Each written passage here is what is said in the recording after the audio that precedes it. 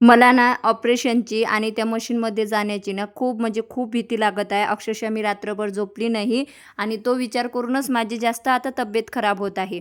आणि म्हणून प्रत्येक स्त्रीला माझा खूप म्हणजे खूप मोलाचा सल्ला आहे, की तुम्ही ना स्वतःला जपा. तुमच्या शरीराला जपणं खूप आवश्यक आहे. कसं आहे आपण दिवस-रात्र मेहनत करत राहतो, परंतु मेहनत करता-करता जेव्हा आपले सुखाचे दिवस येतात ना, तेव्हा आपण ते सुख उपभोगण्यासाठी म्हणजे सक्षमच नसतो. एवढ्या आपल्याला बिमाऱ्या लागत असतात. आणि एका स्त्रीचं कितीही दुखलं ना, तरी जबाबदाऱ्या कधीच पाठ सोडत नाही. ही गोष्ट तेवढीच खरी आहे. हे का सांगत आहे? चला तुम्हाला सुरुवात करते आजपासून सांगायला पुन्हा एकदा. तर स्वागत आहे तुमचं माझ्या चॅनलवर ज्याचं नाव आहे मोहिनी हजारे. तर मी शूट करण्यासाठी इथं मोबाईल ठेवला होता. 2-3 दिवस झाले मला बरी नसल्यामुळे ना घराची अवस्था एवढी खराब झाली होती, की मी ते शब्दात पण सांगू शकत नाही. शेवटी मी आज उठली आणि उठल्यानंतर सगळ्यात अगोदर किचन कट्टा मी साफ करून घेतला, शेगडी पण साफ करून घेतली आणि माझी तब्येत खराब आहे ना, त्याच्यामुळे स्वराजचे बिचाऱ्याचे हाल होत आहेत. आणि कितीही तब्येत खराब असली ना, तरी प्रमोशनवाल्यांचं काम घेतलेलं असते, त्याच्यामुळे ना त्यांना वेळेवरच काम द्यावं लागते. तर आज ना मला एम-आर-आय जे म्हणतात ना, ते करायला जायचं होतं. परंतु एम-आर-आय म्हटलं आणि मला थंडी वाजून तापच आला. कारण ते मशीनमध्ये जाणे, झोपून जातात, कसं जातात. आजपर्यंत मी बघितलं होतं, की एम-आर-आय म्हणजे मोठी मशीन असते आणि त्याच्यामध्ये आपली पूर्ण बॉडी टाकतात. परंतु एक व्हिडिओ मी असा बघितला होता, की त्याच्या याच्यात गेले आणि एकदम स्फोट वगैरे झाला. ते एआय कंटेंट होतं. परंतु ते बघून ना मला खूप अशी भीती वाटत होती आणि मला एम-आर-आय सांगितलं, तर मला असं वाटत होतं, की मला एक्स-रे काढायला सांगितला कमरेचा, पाठीचा. परंतु मी जास्त लक्ष दिलं नाही. परंतु जेव्हा आम्ही हॉस्पिटलमध्ये गेलो ना, तेव्हा डॉक्टरनी सांगितलं, "हा एक्स-रे नसून एम-आर-आय आहे आणि याला 12,000 ते 13,000 खर्च आहे." तो खर्च ऐकूनच मला खूप वाईट वाटलं आणि त्याच्यामुळे आणि मला थाप पण आली. म्हणजे मी तुम्हाला एवढी स्ट्राँग दिसते, परंतु जेव्हा हॉस्पिटलचा विषय येतो ना, तेव्हा मी खरंच खूप म्हणजे खूप लहान मुलासारखी होऊन जाते. असो आणि ते ऐकून मला थंडी वाजून ताप आली आणि डायरेक्ट मी झोपूनच गेली. नवरा मला बळच खूप म्हणजे बोलत होता, की "चल बाबा, चल बाबा." परंतु आता त्याच्यासाठी सध्या तरी मी आतून तयार नाही आहे. असो तर दुसऱ्या दिवशी आम्ही उठलो आणि उठल्यानंतर ना 5-7 म्हणजे 8 ते 12 ऑर्डर बुक झाल्या होत्या. 2 दिवस बरं नव्हतं, तरी पण माझं वर्क चालू होतं. कंटिन्यू कस्टमरला फोटो पाठवणे, त्यांचे कॉल उचलणे आणि त्यांचे पार्सल आज मला डिस्पॅच करायचे होते. तर एवढे सारे पार्सल उठल्याबरोबर सगळ्यात अगोदर आम्हाला एकच काम असते, की पार्सल कोणाचे बुक झाले आणि बुक झालेले पार्सल लगेच आम्ही लावून देतो आणि खूप छान रिस्पॉन्स आहे मला. मला वाटलं नव्हतं, की मी जेव्हा ऑनलाईन बिझनेस लावणार, तेव्हा तेव्हा मला लोकं एवढं छान प्रेम देतील, एवढा सपोर्ट करतील. खरंच मला खूप छान वाटलं, की एक स्त्रीने जर ठरवलं ना, ती काही पण करू शकते आणि माझ्यापेक्षा ना माझा नवरा खरंच मला खूप म्हणजे खूप सपोर्ट करतो.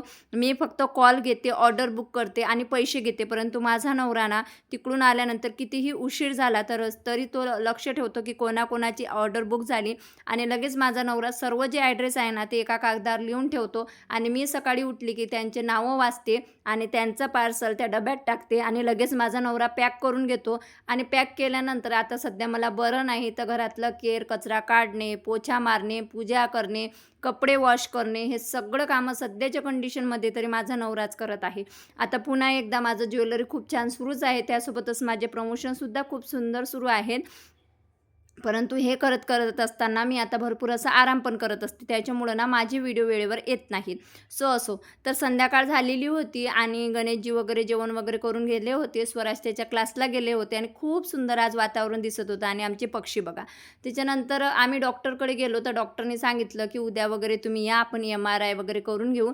तर मी गणेशजीला सांगितलं, "आपण प्रायव्हेट हॉस्पिटलमध्ये न जाता आपण ना सरकारी हॉस्पिटलला जाऊ, म्हणजे नवले हॉस्पिटल आहे ना, तिथं जाऊयात." आणि कंटिन्यू म्हणजे व्हिडिओ शूट केले आणि असं उभं राहून जर मी हे केलं ना, म्हणजे स्वयंपाक वगैरे केला, अर्धा तास कंटिन्यू उभी राहिली, तर खूप म्हणजे खूप एका साईडने कंबरेचा त्रास सुरू होऊन जातो. त्याच्यामुळे मला अर्जंटली बसावं लागते आणि डॉक्टरनी पण मला असं सांगितलेलं आहे, की कंटिन्यू तुम्ही एकदम उभे राहू नका. 15 ते 20 मिनिटं उभं राहायचं, खाली बसायचं, पाणी वगैरे प्यायचं, दही, दूध, तूप, ड्राय फ्रुट्स हे भरपूर खा आणि फ्रुट्स पण भरपूर खा, हे पण सांगितलं. तर इथं आता स्वयंपाक वगैरे मी करून घेतला होता आणि गणेशजीने ना स्वराजला काहीतरी बोललं म्हणजे असं गमतीत, की मी बोलली होती ना हॉस्पिटलला जाते, तर तो खूप असा रडत होता, की "मम्मी नको जाऊ, असं नाही, तसं नाही." आणि मला समजावून पण सांगत होता, की "मम्मी काही नाही होत, काही नाही होत." आणि स्वराजला ना माझी एवढी सवय आहे ना, मी जर कुठं जाण्याचा विषय काढला, तर तो आधीच रडणं चालू करून देतो, की "मम्मी मला शाळेतून कोण आणणार? मला टिफिन कोण देणार?" म्हणजे त्याचा ना खूप म्हणजे खूप असा जीव आहे. तसा स्वराचा पण भरपूर जीव आहे, परंतु स्वराजचा पण भरपूर असा जीव आहे. तर तो असा रडत होता आणि रडताना मग मला पण खूप वाईट वाटत होतं, की खरंच त्याच्यामुळेच सांगते, की प्रत्येक आईने ना स्वतःची काळजी घेणे खरंच खूप आवश्यक आहे. कारण सॉरी उद्या मॅडमने सांगतो असं असं करते. कान पकडा.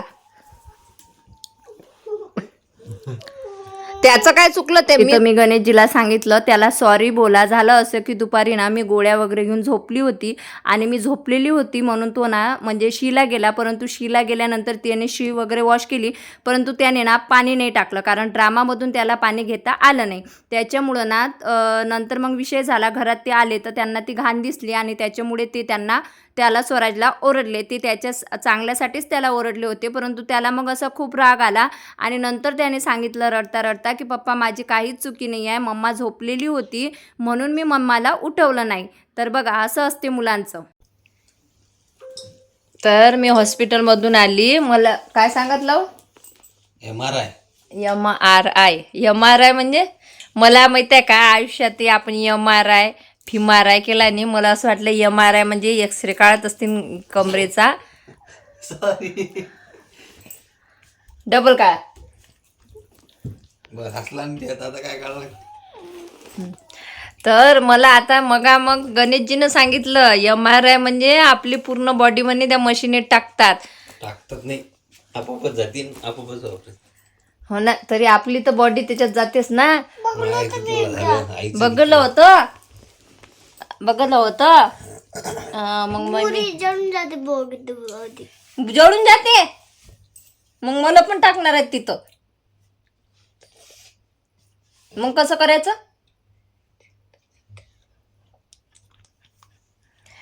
तर MRI करायचं आहे. MRI की MRA?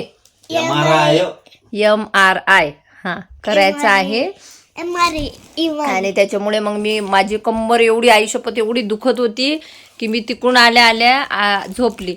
मग आमच्या स्वराजने थोडंसं शिशूचा कार्यक्रम केला आणि हातानेच कपडे वगैरे बदलून ठेवले. त्याला वाटलं मी झोपलेली आहे म्हणून. कसं लेकरू गुणाचं आहे माझं बघा. मग गणेशजी त्याच्यावर रागावले की तू कपडे का घाण केले म्हणून. मग मी त्याला विचारलं की बाळा मी झोपलेली होती म्हणून तू घाण केली का? तर म्हणे हो मम्मा, म्हणजे बाळानं मला उठवलं नाही. असं आहे लेकरू. आता बाळ अजून रांगात आलं. तर चला, आज 15 ऑगस्ट असल्यामुळे दवाखाना बंद होता आणि प्रायव्हेटमध्ये खूप सांगत आहे त्या ट्रीटमेंटचे, म्हणजे ते MRI करायचे वगैरे, म्हणून आम्ही नवले हॉस्पिटलला करणार आहोत सोमवारी.